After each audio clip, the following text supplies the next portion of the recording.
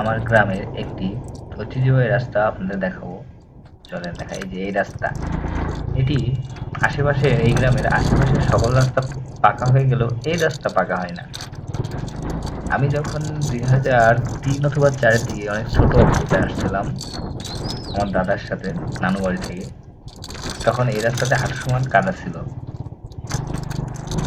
পরবর্তীতে এটি ইট ইট ইট দিয়ে এটা সলিং অবস্থায় করে রাখছে। দেখেন রাস্তার কি অবস্থা। বর্ষার মৌসুমে তো এই রাস্তাতে যাওয়া আসা করাই যায় না, হাঁটু সমান কাদা যখন ওই সময় ছিল। এখনো সেই একই অবস্থা, হাঁটু সমান কাদা না থাকলেও বর্ষার সময় একটু সমস্যা হয়, স্লিপ পিছলিয়ে জাতীয় পিছলা জাতীয়।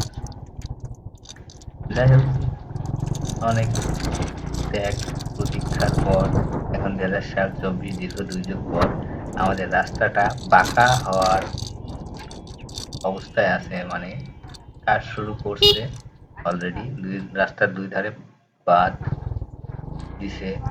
এখন রাস্তা খোঁড়াখুড়ি কাজ চলবে খুব শীঘ্রই। তবে এই রাস্তাতে আমার জীবনের প্রথম স্মৃতি ওই হাঁটু সমান কাদা। যদি আপনাদের কোনো স্মৃতি থেকে থাকে অবশ্যই জানাবেন, কারণ রাস্তাটি পাকা হতে চলেছে।